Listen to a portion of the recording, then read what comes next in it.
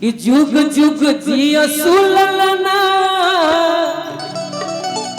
अब भवानवा के भाग जागल हो ए ललन लाल होई है ए ललन लाल होई है अरे कि कुलवा के दीपक अरे कि मनवा में आस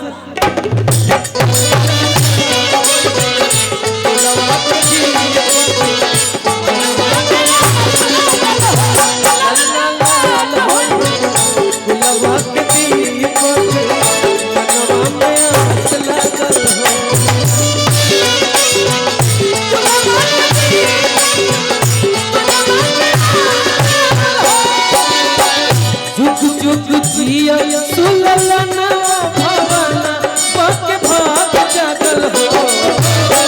झुक झुक जिया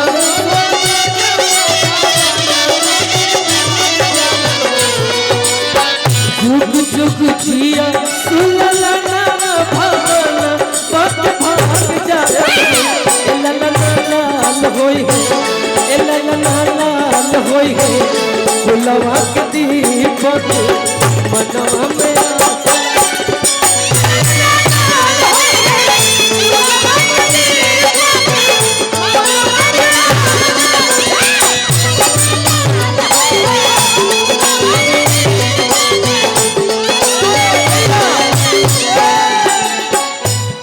गुंजन जी तनी चाप के बबुआ के लेकिन साउंड बा साउंड आवाज बरुआ है कोनो दिक्कत नहीं बबुआ के पापा भाई माल बड़ी कमैले बड़े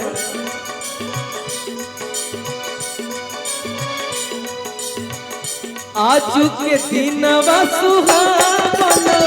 रतिया सुहावना हो आज के रतिया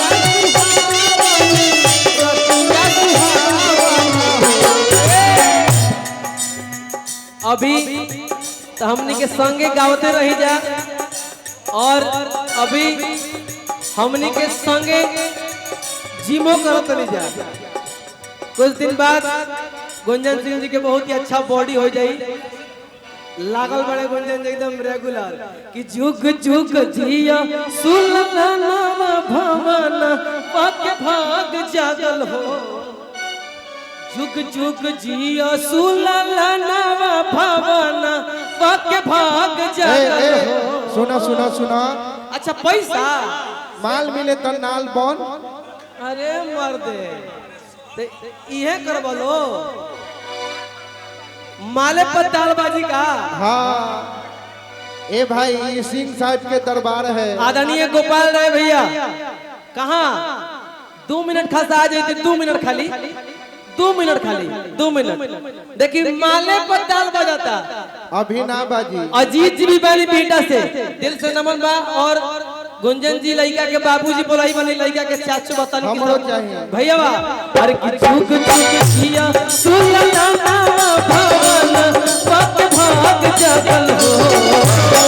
झुक झुक जिया सुललना भवना पक भाग जागल हो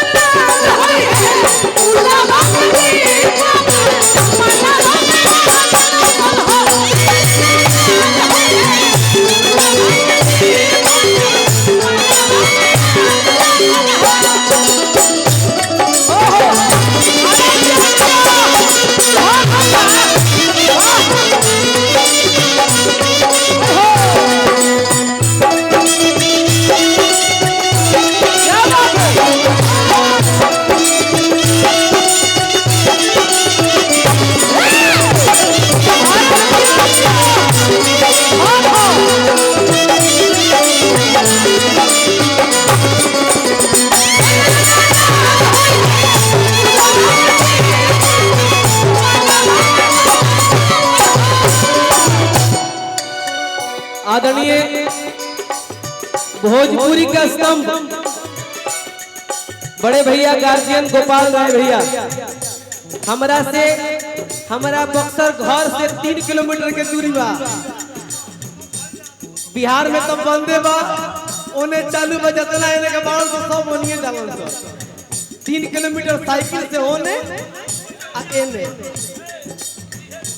आज के रतिया सुहावन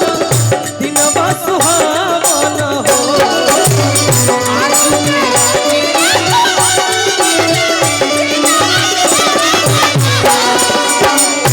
देखी हम चाहब कि आदरणीय गोपाल राय भैया अगर 2 मिनट खातिर मंच पे आ जाती यही तरह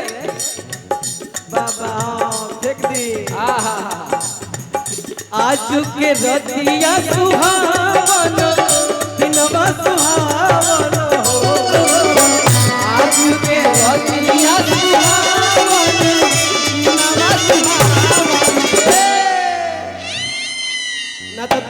ना तो रहुआ की ना तो हम आज के रतिया सुहावन दिनवा सुहावन हो आज के रतिया सुहावन दिनवा सुहावन हो ए ललना ली हले जनमवा हो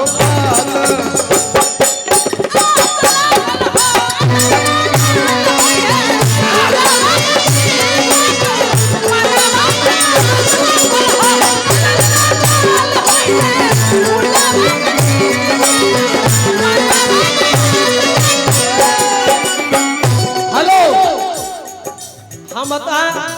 रुक जा भैया